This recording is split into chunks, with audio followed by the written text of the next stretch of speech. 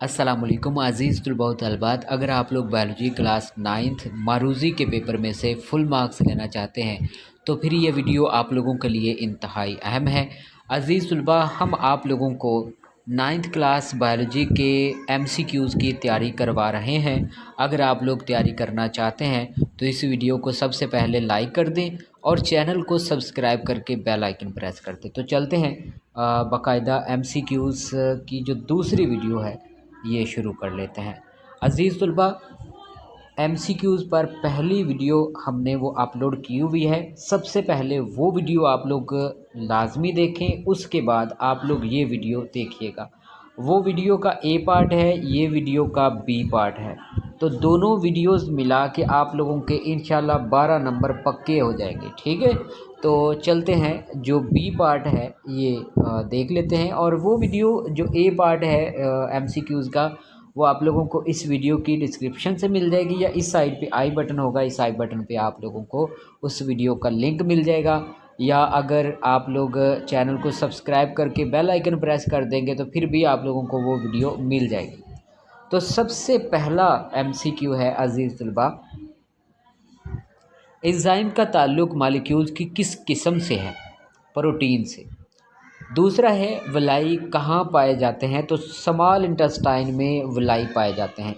अज़ीज़ तलबा, अगर आप लोगों ने पार्ट बी किया होगा, सॉरी पार्ट ए अगर आप लोगों ने MCQs का किया होगा तो आप लोगों का ये जो पार्ट बी है ये तकरीबन 50% सॉल्व हो जाएगा, क्योंकि काफ़ी ज़्यादा MCQs अब पार्ट बी के अंदर रिपीट हो रहे हैं। अच्छा, तीसरा MCQ है, कौन से ऑर्गेनेलीज़ के पास अपना DNA मौजूद होता है? क्लोरोप्लास्ट के पास अपना DNA मौजूद होता है।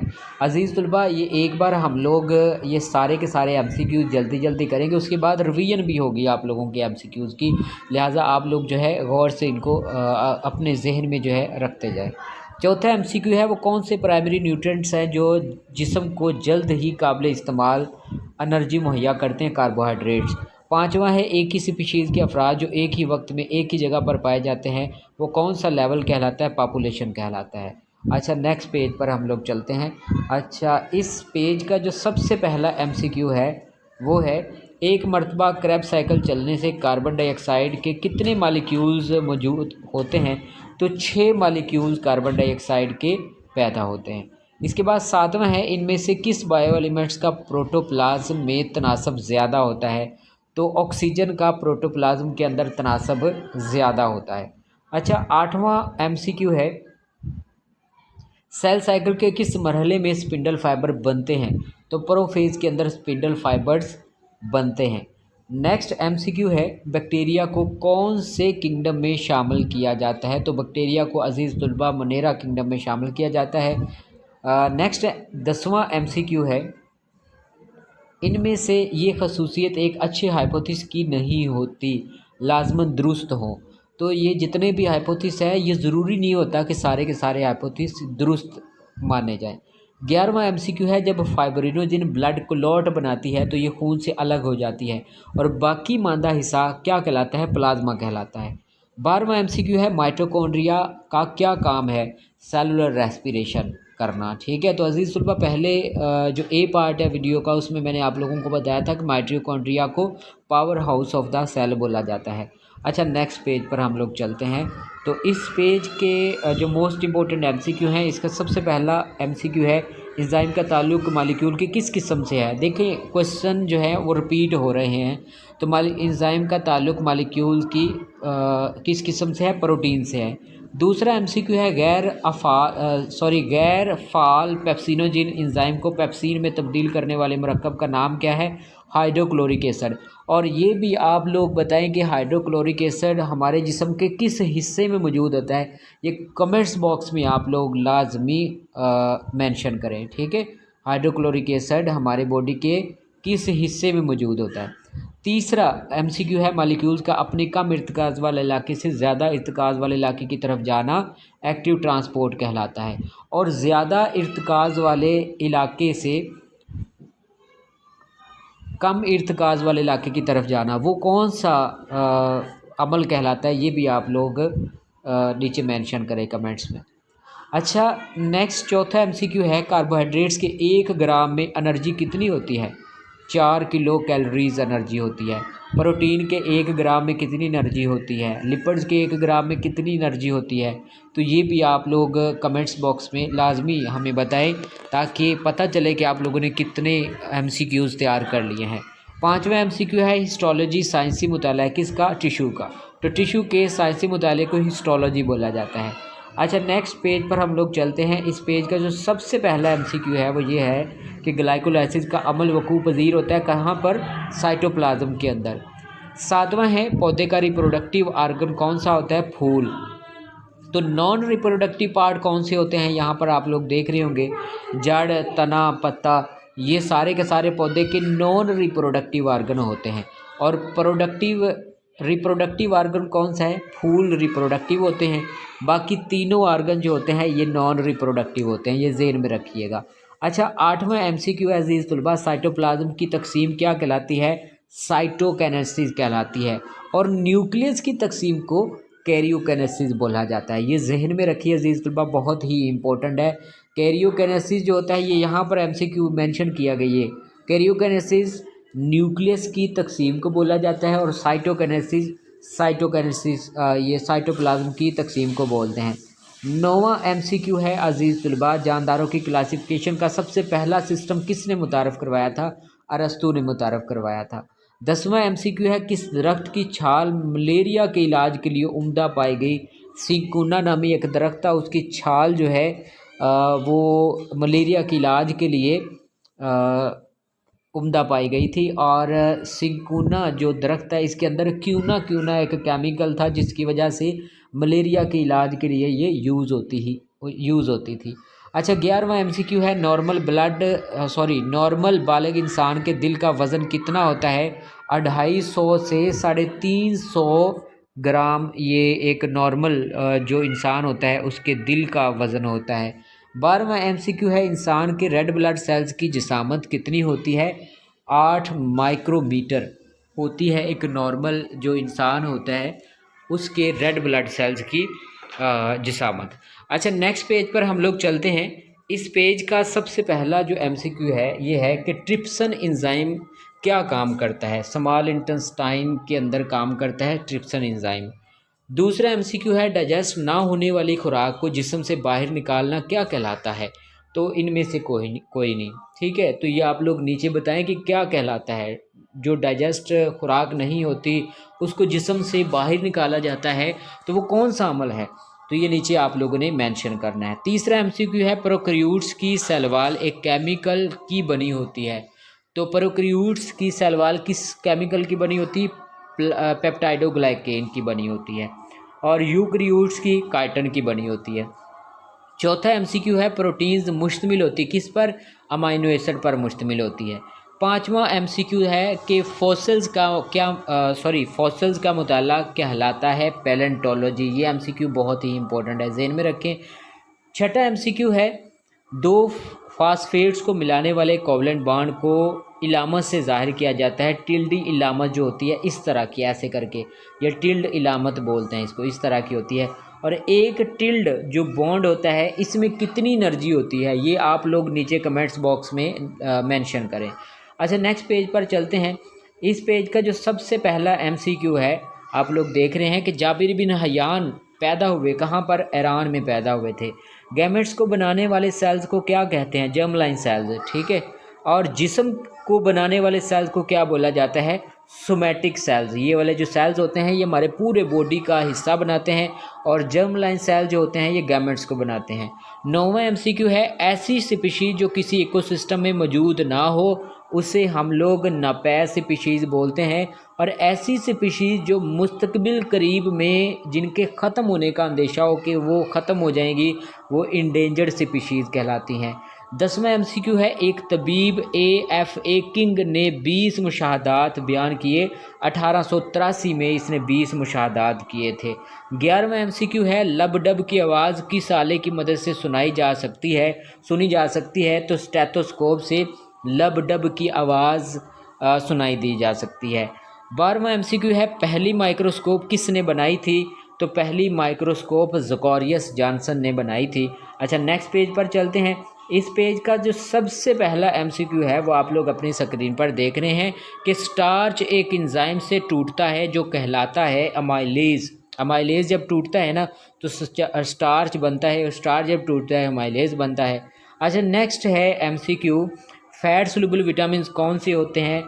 KEDA। और वाटर सोल्यूबल विटामिन कौन से होते हैं? विटामिन बी और विटामिन सी जो होते हैं ये वाटर सोल्यूबल विटामिन होते हैं, ये जहन में रखें अजीज़ तलबा।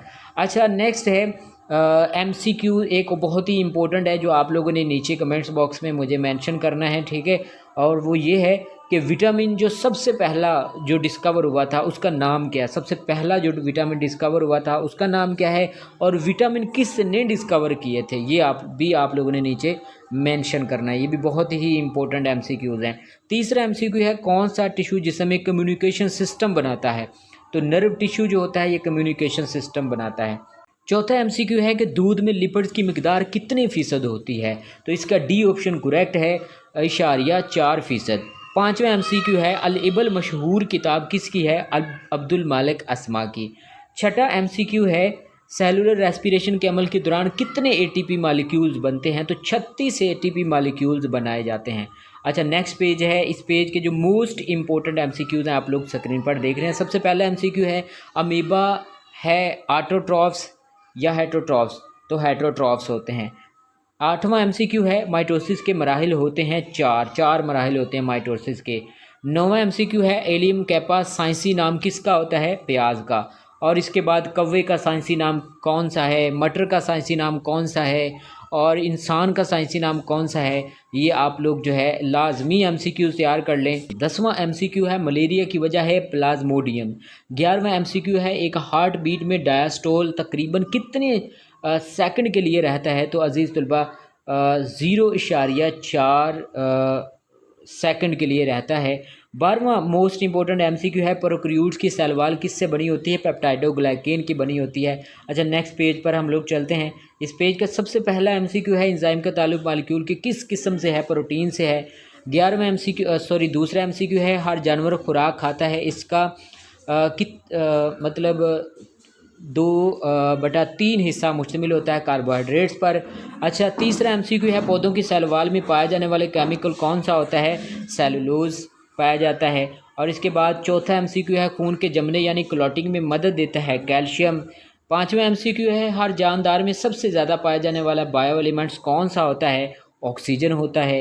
अच्छा, नेक्स्ट आप लोग इसमें से देखें, क्वेश्चन है कि केमिकल बॉन्ड में ज़ख़ीरा शुदा एनर्जी पोटेंशियल एनर्जी कहलाती है। 7वां MCQ है, प्रोटीन की तैयारी के लिए सेल ऑर्गेनेल होता है राइबोसोम्स। नेक्स्ट MCQ है, सेल साइकिल के किस मरहले पर स्पिंडल फाइबर्स बनते हैं? तो प्रोफेज में स्पिंडल फाइबर बनते हैं। इसके बाद MCQ है कि वायरसेस किस किंगडम से ताल्लुक़ रखते हैं? किसी से भी नहीं रखते। और नेक्स्ट MCQ है, बायोलॉजिकल मेथड गुज़श्ता कितने अरसे में अहम किरदार अदा कर रहा है? 500 साल से अहम किरदार अदा कर रहा है। और इसके बाद MCQ है, पानी और हलशुदा मादों की जड़ों से फ़ज़ाई हिस्सों तक ट्रांसपोर्ट का जो ज़िम्मेदार है वो जाइलम टिश्यू कहलाता है। फ्लोएम टिश्यू का काम क्या है? फ्लोएम टिश्यू का काम होता है कि जिस्म ये पौधे के जो मुख्तलिफ हिस्से हैं इसमें जो फूड होती है, जो खुराक होती है, उसकी ट्रांसपोर्टेशन का जो काम है वो फ्लोएम टिश्यू करता है। इसके बाद है 1665 में पहली मरतबा एक बरतानवी साइंसदान ने सेल दरियाफ्त किया था, रॉबर्ट हुक ने सेल दरियाफ्त किया था। अच्छा, नेक्स्ट जो पेज है, इस पेज का जो सबसे पहला MCQ है वो ये है कि पौधों के सेल्स में प्लाज्मोलाइसिस की वजह से क्या होता है? इसमें ओस्मोसिस होता है, ठीक है। अच्छा, इसके बाद है दूसरा MCQ इस पेज का कि जिस अमल के लिए ATP से एनर्जी की ज़रूरत होती है वो होता है एक्टिव ट्रांसपोर्ट होता है। और नर्वस सिस्टम की इकाई क्या होती है? न्यूरॉन होती है। बैक्टीरिया किस में शामिल होते हैं? किंगडम मुनीरा के अंदर बैक्टीरिया शामिल है। और नेक्स्ट है MCQ, क्रोमोसोम के दौरान डुप्लीकेट किस में होती हैं? डुप्लीकेशन क्रोमोसोम्स की S फेज़ के अंदर होती है। अच्छा, नेक्स्ट पेज पर हम लोग चलते हैं। इस पेज का जो सबसे पहला MCQ अजीज़ तलबा के तमाम एंजाइम क्या होते हैं? प्रोटीन होते हैं।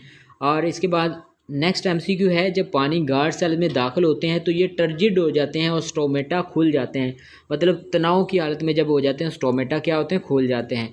इसके बाद MCQ है कि मैदे में HCl किस एंजाइम के फेल को फैसिलिटेट करता है, तो पेप्सिनोजिन को फैसिलिटेट करता है। नेक्स्ट MCQ है अजीज़ तलबा, एलिमेंट्री कैनाल के किस हिस्से में खुराक बिलाखर हज़म हो जाती है, स्मॉल इंटेस्टाइन के अंदर हज़म हो जाती है।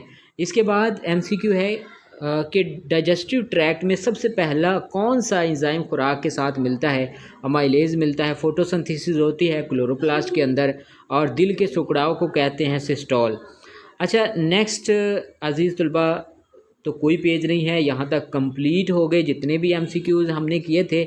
अब एक बार आप लोगों को रिवीजन करवा देता हूँ ताकि आप लोगों को पता चल जाए कि आप लोगों ने कितने MCQs तैयार कर लिए हैं। तो जल्दी जल्दी मैं रीड करूँगा, आप लोग जो है रिकॉल करते जाइएगा। तो सबसे पहला MCQ है एंजाइम के ताल्लुक की मालिक्यूल्स की किस किस्म से है। दूसरा MCQ है विलाई कहाँ पाए जाते हैं, स्मॉल इंटेस्टाइन के अंदर पाए जाते हैं। तीसरा है कौन से ऑर्गेनेल्स के पास अपना DNA मौजूद होता है, क्लोरोप्लास्ट के अंदर। चौथा है वो कौन से प्राइमरी न्यूट्रिएंट्स है जो जिस्म को जल्द ही काबिल इस्तेमाल एनर्जी मुहैया करते हैं, कार्बोहाइड्रेट्स।